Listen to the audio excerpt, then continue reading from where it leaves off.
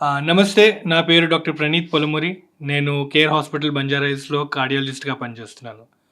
ప్రతి సంవత్సరం 17థ్ మే world hypertension day celebrate చేస్తాము. సో వరల్డ్ హైపర్‌టెన్షన్ డే అనేది ఎందుకు అంటే, హైపర్‌టెన్షన్ అనేది మోస్ట్ కామన్ డిజీజ్ అండి. ప్రపంచం మొత్తంలో ఒక మనిషి చనిపోవడానికి గల కారణంలో కార్డియోవాస్కులర్ డిసీజెస్ అనేవి చాలా కామన్‌గా చూస్తూ ఉంటాం. ఈ కార్డియోవాస్కులర్ డిసీజెస్ రావడానికి most important reasons are risk ఫ్యాక్టర్స్లో ఒక రిస్క్ ఫ్యాక్టర్ వచ్చేసి హైపర్‌టెన్షన్. హైపర్‌టెన్షన్ అంటే బ్లడ్ ప్రెషర్ అవసరానికి మించి ఎక్కువగా ఉండడం. ఈ హైపర్‌టెన్షన్ బట్టి కంట్రోల్‌లో లేనప్పుడు రక్తనాళాల మీద దాని ఒత్తిడి పడి ఈ కార్డియోవాస్కులర్ డిసీజెస్ రావడము, హార్ట్ అటాక్, స్ట్రోక్ లాంటివి వచ్చి మనిషి చనిపోయే అవకాశం ఉంది. కాబట్టి ఈ హైపర్‌టెన్షన్ ఇంపార్టెన్స్‌ని హైలైట్ చేస్తూ ఈ వరల్డ్ హైపర్‌టెన్షన్ డే మనం అబ్జర్వ్ చేయడం జరుగుతుంది. ప్రతి సంవత్సరం లాగానే ఈ సంవత్సరం కూడా ఒక థీమ్ అనేది ఫాలో అవుతుంటాము. ఈసారి థీమ్ అనేది measure your blood pressure correctly, control it and live longer. So first important thing measurement. కామన్గా బ్లడ్ ప్రెషర్ మనం మెజర్ కరెక్ట్గా చేయాలి. చాలాసార్లు మెజర్మెంట్ ఎర్రర్స్ వస్తూ ఉంటాయి. వీటికి కారణం బ్లడ్ ప్రెషర్ ఎప్పుడు చెక్ చేస్తున్నాము, ఎలా చెక్ చేస్తున్నాం అనేది important. So situation first important thing. Situation అంటే బ్లడ్ ప్రెషర్ ఏ సిట్యుయేషన్లో మనం చెక్ చేస్తున్నాం. సాధారణంగా హాస్పిటల్లో వచ్చినప్పుడు హాస్పిటల్ స్ట్రెస్ అది ఎక్కువ ఉండడం వల్ల, లేకపోతే వెయిటింగ్ కానీ ఇతర కారణాల వల్ల బ్లడ్ ప్రెషర్ రీడింగ్స్ అబ్నార్మల్గా ఉండే అవకాశం ఉంది. ఇంట్లో చెక్ చేస్తున్నప్పుడు అదర్వైజ్ కంఫర్టబుల్గా ఉంటాం కాబట్టి ఇంట్లో చెక్ చేస్తున్న రీడింగ్స్ కొంచెం అక్యురేట్గా ఉంటాయి కాబట్టి ఇంట్లో చెక్ చేసే బీపీస్ మోర్ రిలయబుల్. అండ్ హాస్పిటల్లో లేదా క్లినిక్లో చెక్ చేసే బీపీ కొంచెం ఎక్కువగా ఉండొచ్చు. సో అలా ఉంటే ఇంట్లో చెక్ చేసి ఫస్ట్ బీపీని కన్ఫర్మ్ చేయడం. సెకండ్ మెజర్మెంట్ ఇష్యూ వచ్చేసి బీపీ మెషిన్ తోటి ప్రాబ్లం. బీపీ మెషిన్లో ఏదైతే కఫ్ అంటామో, చేతికి ఏదైతే పట్టి చుడతామో ఆ కఫ్ సైజ్ కూడా ఇంపార్టెంట్. ప్రతి వ్యక్తి వాళ్ళ చేతి సర్కంఫరెన్స్ ఆర్ చేతి సైజుని బట్టి కూడా కఫ్ అనేది ఇంపార్టెంట్గా ఉంటుంది. చేతులు సన్నగా ఉంటే మెజర్మెంట్ అబ్నార్మాలిటీ ఉండొచ్చు. అలాగే కొంతమందిలో చేతులు లావుగా ఉన్నప్పుడు అదే పట్టి సరిగ్గా చుట్టుకోకపోవచ్చు కాబట్టి మెజర్మెంట్ రాంగ్ రావచ్చు. సో బీపీ చెక్ చేసే ముందు మన చేతి సైజుని బట్టి కూడా ఆ కఫ్ని మనం కరెక్ట్గా చూస్ చేసుకోవడం ద్వారా కూడా బీపీ మెజర్మెంట్ అనేది కరెక్ట్గా వస్తుంది. థర్డ్ రీడింగ్ వచ్చేసి థర్డ్ ప్రాబ్లం బీపీ మెజర్మెంట్ ఇష్యూస్లో వచ్చేది ఎన్నిసార్లు బీపీ చెక్ చేస్తున్నాము అనేది కూడా ఇంపార్టెంట్. యూజువల్గా ఒక రీడింగ్ మనం మెజర్ చెక్ చేసి అది అబ్నార్మల్గా ఉంటే బీపీ ఉంది అని చెప్పడానికి లేదు.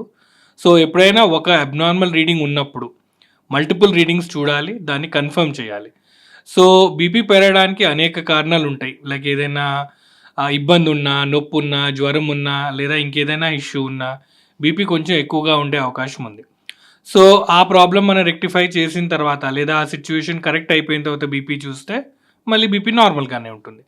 ఏ సందర్భంలో బీపీ చెక్ చేస్తున్నా కూడా ఎక్కువగానే ఉంది, ఆఫీస్లోనూ ఇంట్లోనూ చెక్ చేసినా బీపీ ఎక్కువగానే ఉంది, మల్టిపుల్ రీడింగ్స్ చెక్ చేసినా తరచూ ఎక్కువగానే ఉంది. అలా ఎప్పుడు చూసినా మేబీ సుమారుగా ఒక నెల రోజుల పాటు మనం చూసాము తరచూ బీపీ నంబర్స్ ఎక్కువగానే ఉందంటే అప్పుడు హైపర్ టెన్షన్ ఉందని నిర్ధారిస్తాం. సో ఫస్ట్ పాయింట్ ఈ థీమ్లో measure your blood pressure correctly అనే దాని మీద మనం ఫోకస్ చేయాల్సిన అవసరం ఉంది. ఒకసారి బీపీ మెజర్మెంట్ మనం కరెక్ట్గా చేసాము, కరెక్ట్గా మనము వెరిఫై చేసిన తర్వాత ఆ బీపీ ఎక్కువగానే ఉందని చూసినప్పుడు హైపర్ టెన్షన్ ఉందని డిజీజ్ కన్ఫర్మ్ అవుతుంది. ఒకసారి హైపర్ టెన్షన్ డిజీజ్ డయాగ్నోజ్ అయిన తర్వాత నెక్స్ట్ స్టెప్ వచ్చేసి కంట్రోల్ చేయడం. కంట్రోల్ చేయడం అంటే మందులు ఒకటే కాదు. సో కంట్రోల్ అన్నప్పుడు వేరే మార్పులు ఉంటాయి. First important thing life style changes అంటాం. లైఫ్ స్టైల్ చేంజెస్ అంటే మనం తినే ఆహారం కానీ మనం చేసే ఫిజికల్ యాక్టివిటీ కానీ ఇంపార్టెంట్. సో తినే పదార్థాల్లో సాల్ట్ కంటెంట్ ఎక్కువగా ఉంది, నిలువ పచ్చళ్ళు లేదా పాపడ్లు, చట్నీ లాంటివి ఎక్కువ తీసుకోవడం వల్ల బీపీ పెరిగే అవకాశం ఉంది. సిమిలర్లీ ఒకవేళ వెయిట్ ఎక్కువగా ఉంటే వాళ్ళలో కూడా బీపీ ఎక్కువగా ఉండే అవకాశం ఉంది. ఫిజికల్ యాక్టివిటీ సరిగా లేకపోతే కూడా బీపీ పెరిగే అవకాశం ఉంది. సో ఈ మార్పులు చేర్పులు జీవనశైలిలో ఉన్న మార్పులు చేయడం ద్వారా బీపీ సాధారణంగా తగ్గే అవకాశం ఉంది. ఇవన్నీ చేసాము లేదా చేయలేని పరిస్థితి చేసినా కరెక్ట్గా మన బీపీ కంట్రోల్ అవ్వట్లేదు, అప్పుడు మందుల జోలికి వస్తాము. అప్పుడే మందులు ప్రిస్క్రైబ్ చేస్తాం. మందుల్లో కూడా కామన్గా 1-2 తోటి స్టార్ట్ చేస్తాము. స్లోగా మనిషి అవసరాన్ని బట్టి ఇవి జీవనశైలి మార్పులతోటి కంట్రోల్లోకి వచ్చేస్తే నెమ్మదిగా బీపీ తగ్గించే మందుల డోస్ తగ్గిస్తాం. సాధారణంగా చేసే తప్పులు బీపీ మందులు ఒకసారి వాడి బీపీ కంట్రోల్ అయిన తర్వాత నార్మల్ అయిపోయింది అని మానేస్తారు. అది తప్పు. సో బీపీ ఎందుకు తగ్గింది, ఎలా తగ్గింది అనే దాని మీద దృష్టి పెట్టాలి.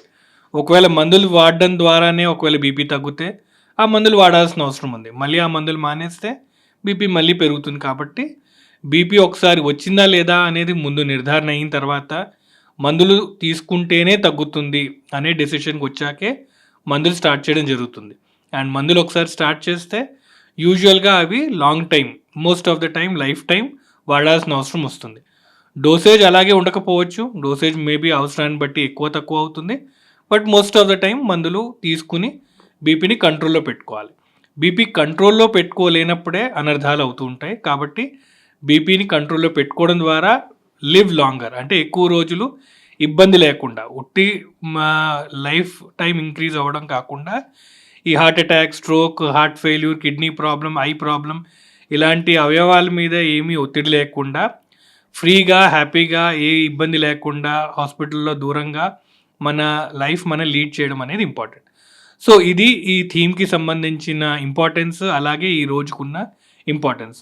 సో ఈ వరల్డ్ హైపర్ టెన్షన్ డే సందర్భంగా అందరితో చేసే విజ్ఞప్తి, బ్లడ్ ప్రెషర్ కోసం సిమ్టమ్స్ ఏమి ఉండవు కాబట్టి బీపీ ఉందా లేదా చెక్ చేసుకోవడం, ఒకవేళ చెక్ చేసుకుంటే దాన్ని కంట్రోల్లో పెట్టుకోవడం, అండ్ అలాగే ఏమీ ఇబ్బంది, హెల్త్ ఇష్యూస్ లేకుండా లైఫ్ని లీడ్ చేయడం అనేది ఈ world hypertension day importance. So అందరికీ wishing a happy world hypertension day.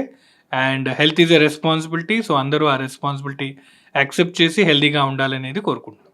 Thank you.